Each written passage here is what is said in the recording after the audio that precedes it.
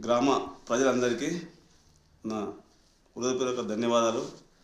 నేను నిన్న జరిగినటువంటి సర్పంచ్ ఎలక్షన్లో స్వరూప నరసింహ అనే వ్యక్తులము మేము సర్పంచ్గా పోటీ చేయడం జరిగింది. దానికి ప్రజలకు శిరస్సు వంచి నమస్కరిస్తున్నాను. నేను ఎల్లవేళ గ్రామంలో ఉంటూ నేను ఎక్కడ సిద్దిపేట కానీ హైదరాబాద్లో ఉండలేను. ఇక్కడే ఉంటా, ప్రజాసేవకు అంకితంగా ఉంటా, ప్రజలకు అందుబాటులో ఉంటా. ఏ రాత్రైనా ఎప్పుడైనా ఎల్లవేళ మీకు కృషి చేస్తా.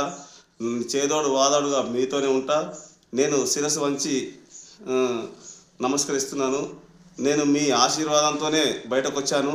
కానీ దేనికైనా నేను ఓటమికి గెలుపుకు ఓటమి కూడా అంగీకరిస్తున్నా. చిన్న చిన్న ఒడిదుడుకులు ఉండొచ్చు. దాన్ని మళ్ళీ చేసుకుంటూ ప్రజలందరికీ నేను మేలు చేస్తా.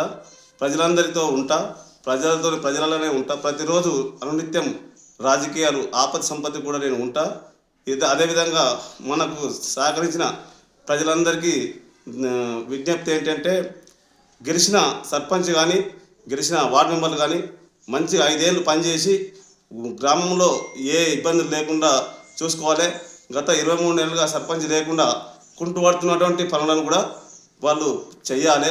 నేను సర్పంచ్లకు కానీ వార్డు మెంబర్లకు కానీ నేను ఉదయపూర్వకంగా ధన్యవాదాలు తెలుపుకుంటున్నాను.